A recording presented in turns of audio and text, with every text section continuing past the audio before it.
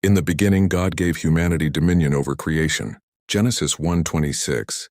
Let them have dominion over the fish of the sea, over the birds of the air, and over all the earth.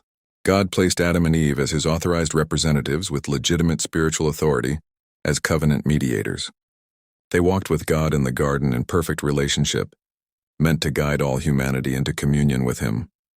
Genesis 3 records the catastrophic transfer. When the serpent tempted Eve, he offered an alternative authority. The moment Adam and Eve obeyed Satan instead of God, they transferred their authority. Romans 6:16.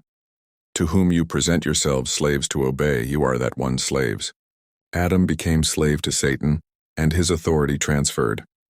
That's why Satan could offer Jesus all the kingdoms in Luke 4:6, saying, "This has been delivered to me."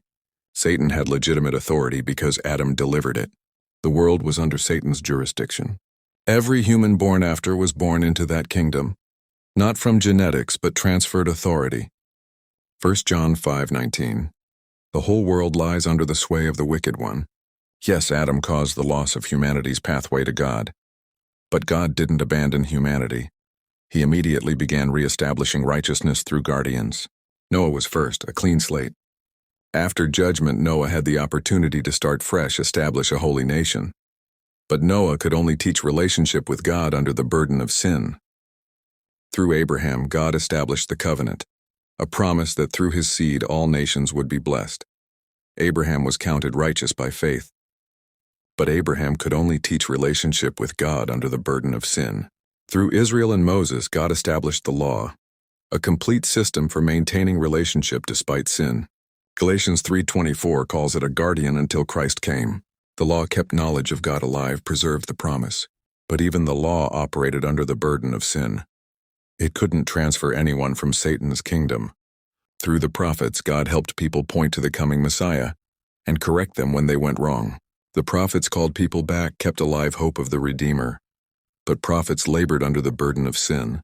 God even picked up those who walked in righteousness. Enoch was taken directly. Elijah ascended in a whirlwind. This proved the pathway was never fully closed. Every guardian, Noah's clean slate, Abraham's covenant, Israel's law, the prophet's correction, was temporary. They pointed toward restoration but couldn't accomplish it because they taught under the burden of sin. Like prisoners describing freedom, they could tell about it but couldn't open prison doors because they were locked inside. That's why Jesus came as the second Adam, the only one not born under Satan's authority. Conceived by the Holy Spirit, fully God and fully man, entering from outside the corrupted power structure. He lived in perfect obedience, never transferring allegiance. When Satan tempted him with authority, Jesus refused. He came to reclaim it for God. Through death and resurrection, Jesus broke Satan's legal claim. Colossians 2:15. Having disarmed principalities and powers, he triumphed. The authority Adam lost, Jesus reclaimed. Everyone who comes to Jesus transfers from Satan's kingdom to God's. Colossians 1:13. He has delivered us from darkness into the kingdom of the Son. You might say it's unfair. Why be condemned for what Adam did? But here's the reality. You're not condemned for Adam's sin. Adam lost the pathway, yes. But God reestablished righteousness through the guardians. And righteousness itself, mercy, justice, faithfulness, was never unavailable. Romans 2:14-15 says even Gentiles without the law have it written on their hearts. Righteousness is a universal moral standard, and righteousness is a choice.